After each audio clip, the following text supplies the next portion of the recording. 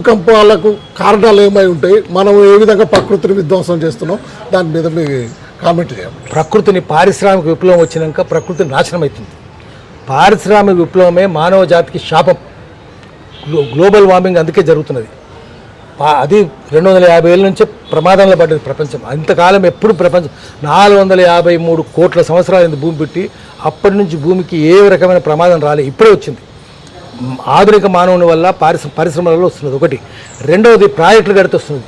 ఎక్కడైతే ప్రాజెక్టులు కడతారో అక్కడ మీకు సీస్మిక్ జోన్ అంటే భూకంప పీడిత ప్రాంతం తయారవుతుంది. ఎందుకంటే భూమి టాక్టానిక్ ప్లేట్స్ మీద ఉన్నది. ప్లేట్స్ కింద ఉంటాయి, 40-50 మీటర్ల లోతులు ఉంటాయి. అవి కదులుతుంటాయి. మీరు ప్రాజెక్టులు కడితే ఆ టాక్టానిక్ ప్లేట్స్ మీద ఒత్తిడి పెరిగి అవి కుంగిపోతే భూకంపం వస్తుంది. లేదా కొన్నిసార్లు మీరు ఓపెన్ కాస్ట్లు చేస్తే అది కూడా క్రానిక్ సిస్మిక్ జోన్, శాశ్వత భూకంప పీడిత ప్రాంతంగా తయారవుతుంది. మనకు ఉస్మానాబాద్, లాతూర్ భూకంపాలు వచ్చినాయి 1990 ప్రాంతంలో. వచ్చినప్పుడు ఎక్కడ దానికి గర్భనాభి ఎక్కడుంది, ఎక్కడ మొదలైంది అంటే అది ఎపిసెంటర్ అంటారు. గర్భనాభిని ఎక్కడ మొదలవుతుంది అంటే అది కోయినా ప్రాజెక్ట్ కింద మొదలైందని తెలిసింది. కోయినా ప్రాజెక్టే. సో అది ఎక్కడ భూకంపాలు వచ్చినా దాని గర్భనాభి, దాని భూకంప పీడిత దాని ప్రాంతం అంతా, కేంద్రం అంతా, ఎపిసెంటర్ అంతా ప్రాజెక్టుల కిందనే ఉన్నది. కాబట్టి ప్రాజెక్టులు కట్టవద్దు. అందుకని అమెరికాలో 2119 డ్యాములు కూల్చేసారు, కానీ ఇక్కడ కడుతున్నారు. ఎందుకు కడుతున్నారంటే అక్కడ కూల్చేసిన సంగతి తెలియదు ఒకటి, ప్రజలకు తెలియదు. యూరోపియన్ యూనియన్లో కూడా, ఫ్రాన్స్లో, జర్మనీలో కూడా కూల్చేస్తున్నారు ప్రాజెక్టులు అంతా. అక్కడ కూల్చేస్తుంటే ఇక్కడ కడుతున్నారు. మీరు కట్టచ్చు ప్రాజెక్టులు. ఎక్కడ కట్టాలంటే 1 TMC 2 TMC నీళ్ళే నిలువ ఉంటాడు, చెరువులలో ఉంటాడు. మరి ఎంత పెద్దది లక్డారం చెరువు ఎంత పెద్దది, ధర్మసాగరం ఎంత పెద్దది, భద్రకాళి చెరువు ఎంత పెద్దది, ఒక్క చెరువు కాదు కదా, అన్ని రామప్ప చెరువు ఎంత పెద్దది. అంతంత పెద్ద చెరువుల కింద వ్యవసాయం సాగలేదా? సాగింది కదా. ఇప్పుడు మీరు ఏం చేస్తారు, పెద్ద గట్టి 10 ఏళ్ళ పంటల్ని, 10 ఏళ్ళ నుంచి వచ్చిన పలసాయాన్ని అంతా గోదాములో పెడితే పురుగులు మేస్తున్నాయి, ఎలుకలు తింటున్నాయి. అది ఎందుకు తినొచ్చు? అది 10 ఏళ్ళ పంట మీరు తీసుకొచ్చి FCI గోడౌన్ నుంచి, వేరేజన్ కార్పొరేషన్ గోడౌన్ నుంచి తీసుకొచ్చి పెడితే జనానికి రోగం వస్తుంది. నులి పురుగులు ఎందుకు వస్తున్నాయి? పిల్లలకు, విద్యార్థులకు రోగాలు ఎందుకు వస్తున్నాయి అంటే నులి పురుగులు తిని లక్క పురుగులు తిని ఫుడ్ పాయిజన్ అవుతుంది. అది ఫుడ్ పాయిజన్ ఎందుకు కావాలి? స్టోర్ ఎందుకు చేయాలి? ప్రాజెక్టులు ఎందుకు కట్టాలి? ప్రకృతిని ఎందుకు నాశనం చేయాలి? భూకంపాలు ఎందుకు తేవాలి? ఇప్పుడు కాళేశ్వరం కూడా భూకంపాలకు రావడానికి కారణం కాళేశ్వరం ప్రాజెక్టు. అంటే ప్రాజెక్టులు, డ్యాములు, గోదావరి మీద గడ్డమే ప్రమాదం. ఏ నది మీద కూడా కట్టొద్దు. అందుకనే ఎన్ని ప్రాజెక్టులు కట్టుకుంటూ పోతారు. అందుకనే ఇరిగేషన్ శాఖ ఆఫీసర్లను తీసుకెళ్ళిపోయి జైలు పెట్టాడు. భూకంపం వచ్చిందంటే వాళ్ళని బోన్లు నిల్చోబెట్టాడు. కానీ కాంట్రాక్టర్లకు మేపుతున్నారు. చదువుకోమని ప్రజలందరూ తెలుసుకోవాలి. ప్రపంచవ్యాప్తంగా డ్యాములు కూలుస్తున్నారు. ఎందుకంటే దాంట్లో వైరస్ పెరుగుతున్నది, సాల్మన్ ఫిష్ చచ్చిపోతున్నది, ఎండ్రికాయలు చచ్చిపోతున్నాయి, పీతలు చచ్చిపోతున్నాయి, రొయ్యలు చచ్చిపోతున్నాయి. ఎందుకు చచ్చిపోతున్నాయి పరిశోధన చేస్తే 70-80 ఏళ్ళ నీళ్ళు నిరుగున్నందువల్ల బ్యాక్టీరియా పెరుగుతున్నది. మీరు 15 రోజులు నీళ్ళు తాగరు కదా, మరి 60-70 ఏళ్ళ నీళ్ళు ఎట్లా తాగుతారు మీరు? ఇప్పుడు చెప్తున్నది ఏంటంటే అక్కడ ప్రాజెక్ట్ లేదు, బ్రహ్మపుత్ర, అయినా సరే నీళ్ళు తాగొద్దని చెప్తున్నారు. హరిద్వార్లో ప్రాజెక్ట్ లేదు, హరిద్వార్ డ్యామ్ దగ్గర, హరిద్వార్ వంతెన దగ్గర డ్యామ్ లేదు. అక్కడ ఆ నీళ్లు తాగితే ప్రమాదం అని నిన్న మొన్న రిపోర్ట్స్ వస్తూనే ఉన్నాయి. మనుషులు తాగొద్దు. పారే నీళ్ళను కూడా తాగొద్దు అంటున్నారు. పారే నీళ్ళలో కూడా మురికాలు వచ్చింది పైన. ఎందుకంటే గంగోత్రి దగ్గరనే STP స్వేట్ ట్రీట్మెంట్ ప్లాంట్ వచ్చి మురికి నీరుతో కలుషితం అయిపోయింది. అంత ప్రమాదకరం ఉన్నప్పుడు ప్రాజెక్టులు కడితే నీరంతా అల్లనే ఉంటుంది కదా, బ్యాక్టీరియా అక్కడనే ఉంటుంది కదా, STP అంతా అక్కడనే ఉంటుంది కదా. హైదరాబాద్లో మురికాలు నీళ్ళని ఎక్కడ పోతాయి?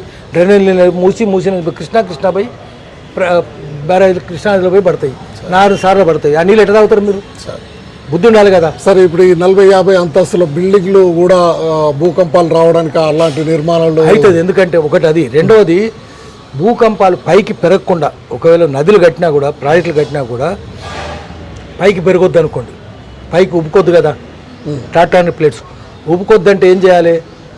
దానికి ఉబ్బకుండా కొండలు ఉన్నాయి. హైదరాబాద్ కొండలు, దక్కన్ పీఠభూమి, కొండలను కొట్టేస్తారు కదా. మీరు కరీంనగర్ జిల్లా పోదాం, ఒక్క కొండలను ఉందా? రాజకీయ నాయకులన్నీ కొండలను కొట్టి పారేసారు.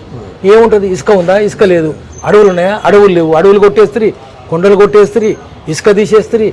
ఆఖరికి కొండగట్టు ఆంజనేయ స్వామి గుడికి లక్షల మంది వచ్చే జాతర, దాన్ని కూడా సగం కొట్టేస్తే బస్సు చుట్టూ తిరిగిపోయి కింద పడి 65 మంది చచ్చిపోయి. ఎవడు పోయి? ఇంత భయంకరమా? ఓపెన్ కాస్ట్ చేస్తారు. ఎందుకు ఓపెన్ కాస్ట్ చేస్తున్నారు? మట్టి అంతా తీసేస్తున్నారు. 5 లక్షల మంది లేబర్ పనిచేస్తున్నారు అక్కడ పెద్దపల్లి, గుంజపడుగు, మంతని ప్రాంతంలో. అంతంత మట్టి తీసేస్తారా మీరు? దానికోసం చెట్లన్నీ కొట్టేసి కాల్స్తున్నారు మట్టి ఇటుకల్ని. ఇంత చేస్తే విధ్వంసం చేస్తే ప్రకృతితోటి మీరు ఆడుకుంటే ప్రకృతి మీతో చెలగాటం ఆడుకుంటుంది. ప్రకృతి మన తల్లిని నాశనం చేయొద్దు. మీరు అసలు మైనింగే చేయొద్దు, ఏ రకమైన మైనింగ్ చేయొద్దు. ప్రకృతి విరుద్ధమైన పని అది చేయొద్దు. తల్లిని గడ్డ పారబెట్టి కూర్చున్నావు మైనింగ్ కోసం అంటే అర్థము నీ తల్లి కడుపులో పారబెట్టినవని లెక్క, నీ తల్లి కడుపులో సూది పెట్టినవని లెక్క. అందుకని అది చేయొద్దు, ప్రకృతిని నాశనం చేయొద్దు, నాశనం అయిపోతుంది. అందుకనే ప్రాజెక్టులు కూడా కట్టొద్దు. ఒకటి తర్వాత పెద్ద పెద్ద అంతస్తుల భవనాలు కడితే ఢిల్లీలో ఏమైంది, నోయిడాలో అక్కడ ఏమైందంటే హీట్ ఐలాండ్స్ ఫామ్ అవుతున్నాయి, భయంకరమైన వేడి. అది చుట్టూ అన్ని పెద్ద పెద్ద బిల్డింగులు 50 అంతస్తులు 60 అంతస్తుల బిల్డింగులు కింద నుంచి పైదాకా అన్ని వేడెక్కుతాయి. లోపల ఏసీలు పెట్టుకుంటారు, లోపల వేడంతా బయటకు వస్తుంది. ఆ రూములు చల్లగా ఉంటాయి, వేడి బయటికి ఇంకా డబల్ ఎక్కుతుంది. 53-54 డిగ్రీలు అయ్యేసరికి ఆ రోడ్డు మీద పోవాలంటే ఆటోడు భయపడుతున్నాడు. ఏసీలు ఉండే కదా ఆటోలో. తర్వాత బండ్లు అమ్మేటోడు, బండ్ల మీద కూరగాయలు అమ్మేటోడు, పప్పులు అమ్మేటోడు, దినుసులు అమ్మేటోడు, పండ్లు అమ్మేటోడు వాడు రావాలంటే భయపడుతున్నారు. ఆటోలు భయపడుతున్నారు, రోడ్డు మీద పడుకుంటే వాళ్ళు వడదెబ్బకి చచ్చిపోతున్నారు. సో హీట్ ఐలాండ్స్ ఫామ్ అవుతున్నాయి. అందుకనే బాంబేలో కూడా అదే పరిస్థితి. అందుకనే పెద్ద పెద్ద బంగ్లాలు ఉంటే వాళ్ళు ఏమంటున్నారంటే మాకంటే ఆ గుడిసెలు ఉన్నాడు సుఖంగా ఉన్నాడు, జుగ్గి చేపుడి బేతరే అని చెప్తున్నారు. అందుకని ప్రకృతి మొత్తం నాశనం అవుతుంది. అందులో ఉన్నాడు కూడా సుఖంగా ఏముండడు, ఏసీలు ఉన్నాడు కూడా.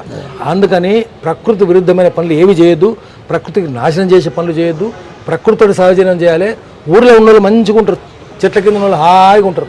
మన కరోనా వచ్చింది చూసినాం, మురిక్కాలో పక్కన పండుకున్నాడు కానీ చిత్తకుప్ప పక్కన పండుకున్నాడికి కానీ రోడ్డు మీద ఫుట్పాత్ పండుకుని ఏ రోగం రాలే, కరోనా రాలే, ఏసీలు ఉన్న వాళ్ళకే రోగాలు వచ్చినాయి. అంటే ఈ విపత్తులు రాకుండా ప్రభుత్వం ఎలాంటి జాగ్రత్తలు తీసుకోవాలంటే ముందు ప్రభుత్వాలు తీసుకోవాలి. ఎందుకంటే దొంగల రాజ్యం, అందరు దొంగలే. రాజకీయ నాయకులు దొంగలు, ఐఏఎస్ ఆఫీసర్లు దొంగలు, ఒకరు బ్రోకర్లు, ఇంకొకరు జోకర్లు. అందుకని వాళ్ళు కాదు మనకు కావాల్సింది. పౌర సమాజం బెత్తం తీసుకొని ఒక్కొక్కరిని బాలగొట్టాలి, ప్రాజెక్టులు కడతామని పట్టగొట్టాలి. మొత్తం డబ్బులు తినడే కదా, కాళేశ్వరం, అన్నారం, సుందీలు ఎంత నాశనం అయింది. డబ్బులు నేడిపోయినాయి, లక్షల రూపాయలు అప్పులు కట్టాలన్నా. ఇక్కడ విద్య లేదు, వైద్యం లేదు, వాడేమో తిన్నాడు.